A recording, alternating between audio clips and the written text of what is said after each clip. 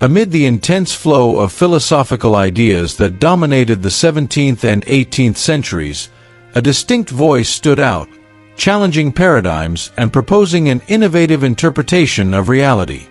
While many thinkers of his time relied on religious dogma or the still-rising Cartesian thought, Baruch Spinoza emerged as an intellectual revolutionary, offering a radically different vision of the world and human nature. His ideas not only confronted established beliefs, but also planted the seeds of inquiry that would continue to grow throughout the centuries. His philosophy, often considered bold and even heretical, proposed a new way of understanding existence, one that placed reason as the most powerful instrument of comprehension and liberation. Born in 1632 into the prosperous Jewish community of Amsterdam, Spinoza grew up in a culturally rich environment that was, at the same time, rigidly structured by religious traditions and norms. From an early age, he displayed a sharp intellect and an insatiable curiosity, traits that led him to challenge the beliefs he had been taught. His philosophical thought found its fullest expression in Ethics, a philosophical treatise that, far from being merely a collection of abstract ideas, caused a true seismic shift in Western philosophy. In this work, Spinoza delves into the deepest questions of existence, rejecting conventional conceptions of God, morality, and human freedom. Rather than passively accepting prevailing doctrines, he proposed a philosophical system based on rationality, arguing that everything in the universe follows a necessary and interconnected order. His approach, which emphasized the pursuit of clear and distinct knowledge, not only transformed the way we think about reality, but also paved the way for countless modern reflections on the mind, ethics, and the very nature of the human condition. At the heart of Spinoza's philosophy lies a fundamental concept that redefines how we understand existence and divinity: the idea of a single, infinite, and eternal substance, which he calls God, or nature. For Spinoza, God is not a being separate from the world, observing and intervening in creation, as proposed by monotheistic religious traditions. Instead, he identifies God with the totality of the universe, asserting that everything that exists is merely a manifestation of this one substance. This perspective, which can be described as pantheistic, represents a drastic break from conventional conceptions of a personal and transcendent deity. Unlike the anthropomorphic God of Abrahamic religions, who rewards and punishes human beings based on their actions, Spinoza's God has no intentions, wills, or human-like purposes. Rather, God is the very structure of reality itself, governed by immutable and necessary laws, without any arbitrary or miraculous interventions. From this radical understanding of the divine nature, Spinoza constructs his entire ethical system, one that is not based on obedience to religious precepts, but on the pursuit of knowledge and harmony with the natural order of the universe. For him, the ultimate purpose of human existence is not to follow commandments or await rewards in an afterlife, but to attain a state of fulfillment and serenity, what he calls beatitude, through reason. This supreme happiness, according to Spinoza, arises from a deep understanding of the laws that govern reality, and the recognition that everything in the universe occurs out of necessity, without arbitrariness. Thus, instead of a morality based on fear, or the hope of salvation, he proposes a rational ethics in which an individual's well-being is achieved through acceptance and integration with the natural order of things. This understanding leads to true contentment, for by grasping the interconnectedness of all that exists, human beings free themselves from the enslavement of passions and illusions, finding liberation in the rational acceptance of reality as it is. Among the most challenging and controversial ideas presented by Spinoza is his determinist conception of the universe. According to him, nothing happens by chance or free choice, as everything in the world necessarily occurs according to the immutable laws of nature. From this perspective, what we commonly call free will is nothing more than an illusion, an erroneous belief we hold because we are unaware of the true causes that determine our actions. This view directly clashes with the traditional notion of moral responsibility and the widely accepted belief that we are the architects of our own destiny. If everything is already predetermined, where does human freedom lie? However, Spinoza argues that understanding this inevitability does not doom us to passivity but, on the contrary, frees us from fear, guilt, and anxiety.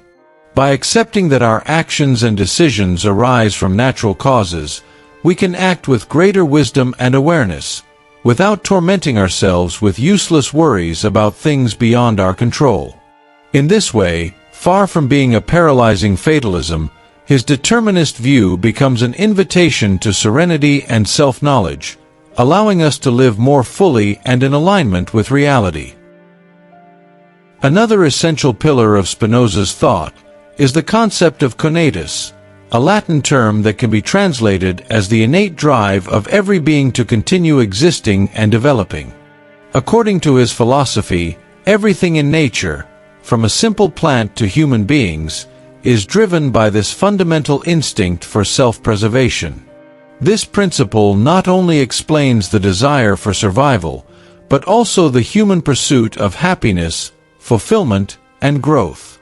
However, unlike a purely selfish view of personal achievement, Spinoza maintains that true happiness can only be attained through the understanding and acceptance of the interconnectedness of all things. It is not an individualistic pursuit, but a path that leads to the profound realization that our existence is intrinsically linked to the natural order and other forms of life. Thus, self-knowledge and reason enable us to direct this drive wisely, finding satisfaction not in the domination of the external world, but in harmony with it.